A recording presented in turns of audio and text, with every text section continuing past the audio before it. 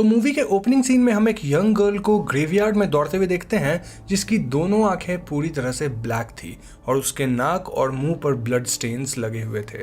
वो young girl अपने घर के पास जाकर रुकती है और वो घर के दरवाजे को खोलने की कोशिश करती है। उस लड़की की पेरेंट्स उसे इस हालत में देखकर काफी घबरा जाते हैं और उससे पूछते हैं कि उसके साथ क्या हुआ है। बट यहाँ वो यंग लड़की उन्हें कुछ नहीं बता पाती क्योंकि उसे कुछ भी याद ही नहीं था। इनफैक्ट सीन को देखकर ऐसा लग रहा था कि उस लड़की के पेरेंट्स भी उसे पहचान नहीं पा रहे हैं। अब यहाँ से सीन शिफ्ट होकर एक हॉस्पिटल का आता है जहाँ हम एक लड़की को पार्शियल कोमा के स्टेट में देखते हैं।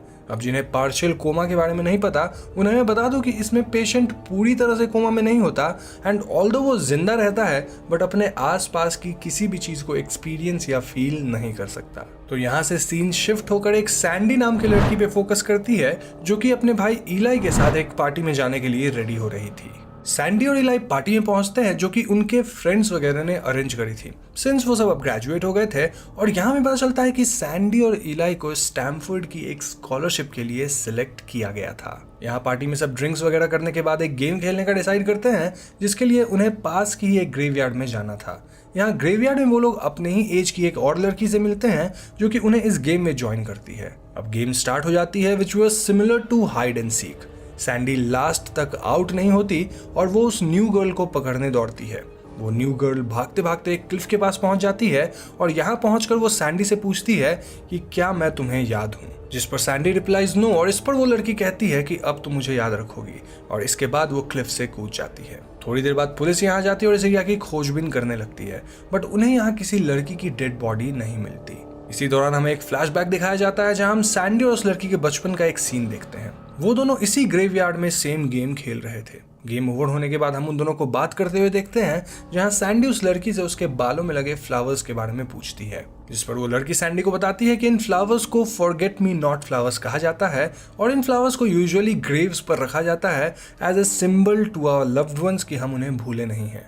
वो लड़की सैंडी को बताती है कि उसने हाल ही में किसी अपने को खो दिया है और इसीलिए वो इस फ्लावर को अपने बालों में लगाती है और यहाँ वो और सैंडी फ्रेंड्स बन गए थे। अब मूवी अगेन प्रेजेंट में शिफ्ट करती है जहां हम चैड और लाइला जो कि सैंडी के ही क्लासमेट्स थे उनको एक कार में साथ में देखते हैं। यहाँ चैड लाइला को बताता है कि वो उससे ब्रेकअप करना चाहता है, जिस पर लाइला काफी गुस्सा हो जाती है और वो अपने नेकलेस से चैड का दिया हुआ ग्लास रिंग निकालकर पासी के एक पॉन्ड में फेंक देती है। उन दोनों में कहा सुनी होती है और चैड लाइला को यहाँ अकेले छोड़कर अपने कार में चला जाता है। चैड के यहाँ से जाने के बाद लाइला उस पॉन्ड में जाकर उस रिंग को खोजने लगती है और थोड़ी देर बाद उसे वो रिंग मिल जाती है। लेकिन दोस्तों वो वहां नोटिस करती है कि पॉन्ड के बीचों बीच कोई और लड़की भी काइंड ऑफ फ्लोट कर रही थी। लाइला उस तरफ जाती है बट वो लड़की अब यहाँ से डिसअपियर हो गई थी। पॉन्ड के एंड पर आने के बाद लाइला को लास्ट नाइट ग्रेवयार्ड वाली लड़की की लाश पानी में तैरती हुई दिखाई देती है। अचानक ही उस डेड बॉडी की आंख खुलती है और वो लाइला को पानी के अंदर खींच लेती है।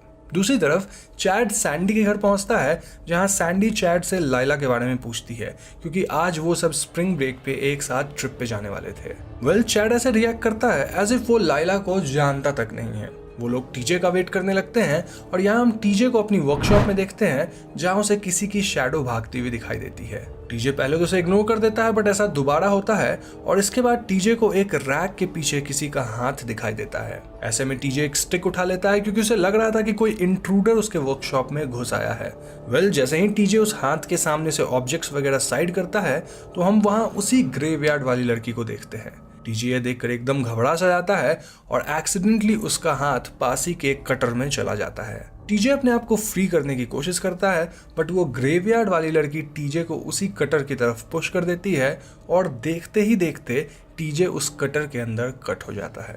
दूसरी तरफ सैंडी अपने बॉयफ्रेंड जेक से टीजे के बारे में पूछती है बट वो ऐसे रिएक्ट करता है एज इफ वो किसी टीजे को जानता ही नहीं। सैंडी टीजे की गर्लफ्रेंड से भी टीजे के बारे में पूछती है और उसका भी रिएक्शन ऐसा ही था एज इफ वो जानती ही नहीं कि टीजे कौन है। सैंडी को ये सब काफी स्ट्रेंज लग रहा था और वो टीजे को कॉल करने के लिए अपना फोन निकालती है बट टीजे का कांटेक्ट उसके फोन से भी डिलीट हो चुका था। सैंडी को अभी तक चीजें कुछ समझ नहीं आ रही थी और उसे लगता है कि वो लोग जानबूझकर ऐसा प्रिटेंड कर रहे हैं कि वो लाइला और टीजे को नहीं जानते। तो इसके बाद बाकी के सभी लोग ट्रिप के लिए निकलते हैं। थोड़ी देर के बाद वो लोग एक कन्वीनियंस स्टोर के आगे रुकते हैं जहां जेक और इलाई को एक बदमाशी सूझती है, जहां लेक्स को वो लोग स्टोर के कैशियर का ध्यान भटकाने का काम देते हैं और इसी बीच वो लोग बियर्स वगैरह चुराने का प्लान बनाते हैं। दूसरी तरफ हम चैड को देखते हैं जो कि अपने कार से आ रहा था और उसे रास्ते में अचानक ही कार के रेडियो में स्टैटिक साउंड्स आने लगते हैं, जिसकी वजह से उसका रास्ता पर से ध्यान हट जाता है और तभी रोड के बीचों बीच उसे एक अजीब चेहरे वाली औरत खड़ी हुई दिखाई देती है। चैड को लगता है कि वो लेडी उसकी कार से टकरा जाएगी, इसलिए वो कार को टर्न करता है और कार रुकने पर वो रोड पर उतर कर उस लेडी को चेक करने जाता है, बट यहाँ कोई भी नहीं था। तभी चैड को जेक का कॉल आ जाता है जो कि उसे जल्दी आने के लिए कह रहा था। चैड जेक से बातें ही कर रहा था कि वहां एज एन ऑडियंस हम उस लेडी को चैड की कार में घुसते हुए देखते हैं। चैड अपनी कार में वापस आके ड्राइव करता है जहां वो रियर व्यू में उसी ग्रेवयार्ड वाली लड़की को देखता है जो कि चैड को चोक करने लगती है और चैड की कार की टक्कर हो जाने से उसकी मौत हो जाती है। दूसरी तरफ सैंडी, इलाई, लेक्स, जेक, एनी और हैना स्टोर से आगे का सफर स्टार्ट करते हैं। यहाँ सैंडी और लेक्स में टीजे को लेकर बहस हो जाती है क्योंकि सैंडी को लग रहा था कि लेक्स ने टीजे को चीट किया था और इसीलिए वो इनके साथ इस ट्रिप पे नहीं आया। लेक्स अभी भी ऐसे ही रिएक्ट कर रही थी एज इफ वो बिल्कुल भी नहीं जानती कि टीजे कौन था। यहाँ रास्ते में सैंडी को चैड की कार दिखाई देती है, बट इसे देखकर भी उसके अलावा कोई और पहचान ही नहीं पा रहा था कि चैड कौन है या फिर ये कार किसकी है। सैंडी उन सबको टीजे के घर ले जाती है टू मेक देम रिमेम्बर कि टीजे कौन था।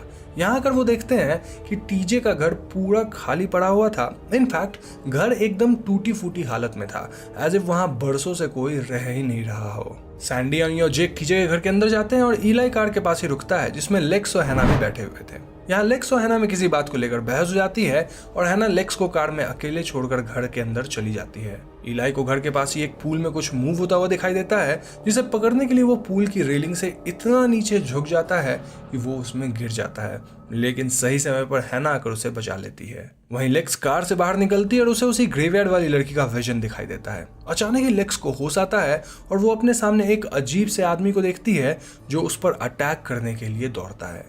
लेक्स उस आदमी से बचने के लिए उल्टी डायरेक्शन यानी कि फॉरेस्ट की तरफ भागने लगती है और यहाँ फॉरेस्ट में उसके पीछे उसी आदमी की तरह कई और लोग दौड़ने लगते हैं, जिनसे बचने के चक्कर में लेक्स अचानक ही एक गड्ढे में गिर जाती है। यहाँ सैंडी उसके दोस्त को लेक्स की आवाज आती है और उसे बचाने के लिए वो लोग भी फॉरेस्ट की तरफ आते हैं। अब लेक्स जिस गड्ढे में गिरी हुई थी वहां उसके आसपास कई हाथ अपीयर होते हैं और लेक्स का दम घोट कर उसे मारने लगते हैं।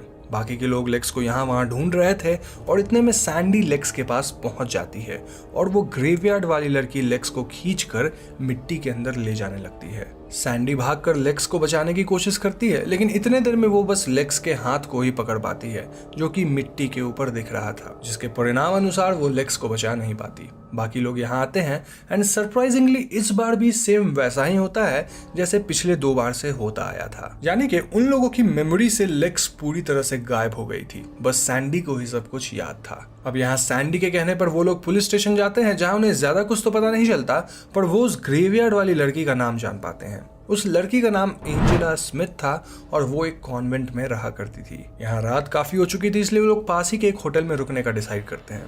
जेक और सैंडी एक रूम में स्टे करते हैं और बाहर पूल के पास इलाई और हैना स्विम करने चले जाते हैं। थोड़ी देर बाद सैंडी जो कि थक कर सो चुकी थी उसे अचानक ही आजमा का अटैक आ जाता है। जेक उसे संभालने की कोशिश करता है और इलाई जो कि रूम के बाहर से ही गुजर रहा था वो उसकी हेल्प करने आ जाता है। हैना इलाई के पीछे रूम में एंटर करने ही वाली थी कि डोर बंद हो जाता है। अचानक ही हैना नोटिस करती है कि साइड वॉल से कोई उसे स्टॉक कर रहा था। हैना उस तरफ जाती है और यहाँ भी ठीक पहले की तरह ही वो अजीब से लोग आ जाते हैं जो कि उस पर अटैक कर देते हैं। हैना उनसे बचकर एक रूम में छिप जाती है जो कि पावर सप्लाई वाला रूम था और यहाँ उसकी इलेक्ट्रिक शॉक लगने से डेथ हो जाती है। दूसरी तरफ सैंडी की आंख खुलती है जो कि अपने रूम में खुद को अकेला पाती है। सैंडी को इलाई का कॉल आता है जो कि सरप्राइजिंगली घर पर था और जेक भी रूम में नहीं था। तो यहाँ से सैंडी जेक को खोजती है और वो दोनों मिलकर एंजेला स्मिथ के बारे में पता करने कॉन्वेंट जाते हैं। यहाँ वो लोग एक नन से मिलते हैं जिनसे बात करने पे उन्हें पता चलता है कि एंजेला इस वक्त सेंट मेरी हॉस्पिटल में कोमा की स्टेट में है। यहाँ जेक फादर से बात करते हुए उनके साथ चला जाता है एंड देन अचानक ही चर्च के एक हिस्से से जेक को कुछ आवाजें सुनाई देती है और वो उस आवाज के पीछे जाता है। दूसरी तरफ सैंडी नन के साथ एंजेला के रूम में जाती है जहाँ एंजेला की पिक्चर्स देखकर भी उसे ये याद नहीं आता कि वो उससे बचपन में मिल चुकी है। सैंडी को एंजेला की कुछ ड्राइंग्स मिलती है जो कि काफी डिस्टर्बिंग थी। यहाँ सैंडी को ऐसा इंट्यूशन हो जाता है कि जेक के साथ कुछ होने वाला है और तभी सैंडी से कुछ दूरी उसके सामने जेक की डेथ हो जाती है। सैंडी जेक की तरफ भागती है बट यहाँ आने पर उसे कुछ भी नहीं मिलता। अचानक ही नन सैंडी को देखकर ऐसे रिएक्ट करने लगती है एज इफ वो सैंडी को पहली बार देख रही हो। सैंडी फौरन चर्च से बाहर जाती है और यहाँ उसे ईलाई मिलता है जो कि उसे लेने आया था। अब एज यूजुअल ईलाई कंप्लीटली भूल चुका था कि जेक कौन है और वो सैंडी को संभालने की कोशिश करता है। सैंडी की बातों से ईलाई को रियलाइज होता है कि ये सब कुछ ठीक उस गेम की तरह हो रहा है जो कि वो लोग बचपन में खेला करते थे। गेम के मुताबिक हर प्लेयर जो आउट हो जाता था उसे घोस्ट बनना होता था और बाकी प्लेयर्स ऐसे रिएक्ट करते थे एज इफ वो उसे जानते ही नहीं या फिर एज इफ वो पर्सन एग्जिस्ट ही नहीं करता। अब सैंडी के घर पहुंचने पर सैंडी के पेरेंट्स को लगता है कि सैंडी मेंटली स्टेबल नहीं है, जिसकी वजह से वो उसे हॉस्पिटल में जबरदस्ती एडमिट करा देते हैं। एंड टू हर शॉक ये वही हॉस्पिटल था जहां एंजेला को एडमिट किया गया था। यहाँ हॉस्पिटल के इमरजेंसी वार्ड में सब चले जाते हैं और बाहर ईलाई वेट करने रुक जाता है। ईलाई के साथ भी सेम वही होता है जो उसके बाकी फ्रेंड्स के साथ हुआ था, यानी कि वो घोस्ट उस पर भी अटैक कर देते हैं और ईलाई मारा जाता है। हॉस्पिटल में डॉक्टर्स ने सैंडी को इंजेक्ट करके सुला दिया था और सैंडी को अपने ड्रीम में एक मेमोरी याद आती है जहां हम देखते हैं कि बचपन में सैंडी और उसके फ्रेंड्स ने एंजेला पर एक बहुत ही स्केरी प्रैंक किया था। वो सब उसी ग्रेवयार्ड में वही सेम गेम खेल रहे थे और सब आउट होकर घोस्ट बनने की एक्टिंग करते हैं, जहां एंजेला जो कि लास्ट में बच गई थी उसे डराने लगते हैं और उसके पीछे भागने लगते हैं। इस सब से एंजेला इतना डर जाती है कि उससे अटैक आ जाता है और इसके बाद वो कोमा में चली जाती है। सैंडी और उसके फ्रेंड्स एंजेला की ये हालत देखकर डर जाते हैं और ग्रेवयार्ड में उसे वहीं पड़ा हुआ छोड़कर भाग जाते हैं। अब सैंडी को समझ आ जाता है कि एंजेला ही वो लड़की थी जो कि उस दिन पार्टी के बाद उस ग्रेवयार्ड में अपीयर हुई थी और वो उससे और उसके फ्रेंड से बदला ले रही है। सैंडी को याद आता है कि गेम के रूल्स के मुताबिक घोस्ट को खत्म करने के लिए उसे आउट करना होता है, इसीलिए इस सब को खत्म करने के लिए उसे एंजेला को शायद जान से मारना होगा। सैंडी को होश आता है और वो फौरन एंजेला के रूम में जाती है। यहाँ एंजेला जो कि कोमा में थी उसे लाइफ सपोर्ट पर रखा गया था और सैंडी उसका लाइफ सपोर्ट बंद करके रूम से बाहर आ जाती है। बट तभी उसे एंजेला के रूम से पल्स ऑक्सीमीटर की आवाज आती है जिसमें एंजेला की पल्स अभी भी काउंट हो रही थी। सैंडी एंजेला के रूम में जाती है जहां एंजेला अपने बेड पर बैठी हुई थी। सैंडी एंजेला को देखकर डर जाती है और भागकर हॉस्पिटल की रूफटॉप पे पहुंच जाती है। यहाँ उसे एंजेला के बचपन का रूप दिखाई देता है जो कि सैंडी की तरफ फॉरगेट मी नॉट फ्लावर्स का एक गुलदस्ता लेकर आती है और उसे डराकर रूफ से पुश कर देती है। मूवी के लास्ट सीन में हम एंजेला को कोमा से बाहर आते हुए देखते हैं और दूसरी तरफ सैंडी को लाइफ सपोर्ट पे देखते हैं जो कि कोमा में जा चुकी थी और इसी के साथ मूवी खत्म हो जाती है। दोस्तों ये थी फॉरगेट मी नॉट की कहानी और अब हम और आप मिलकर इस मूवी से रिलेटेड कुछ छोटी बड़ी डिटेल्स पे बात करेंगे। मूवी के ओपनिंग सीन को लेकर आप में से काफी लोग कंफ्यूज्ड होंगे कि उस सीन का मूवी से क्या कनेक्शन था और सैंडी को कुछ भी याद क्यों नहीं था। मूवी का ओपनिंग सीन दरअसल मूवी के एंडिंग सीन के बाद का ही एक हिस्सा था जहां हम देखते हैं कि अब सैंडी को भी सब लोग भूल चुके हैं और उसे कुछ भी याद नहीं था। ओपनिंग सीन में हम सैंडी के पेरेंट्स को भी उससे इस तरह बात करते हुए देखते हैं एज इफ वो उसे नहीं जानते हो और ऐसा ही था भी। एंजेला के कर्ज के कारण अब उससे जुड़ी मेमोरीज सबके अंदर से जा चुकी थी। दरअसल एंजेला जो कि सैंडी को अपना बेस्ट फ्रेंड मानती थी वो उसे बचपन में कहती है फॉरगेट मी नॉट और वो दोनों काफी अच्छे दोस्त भी बन गए थे।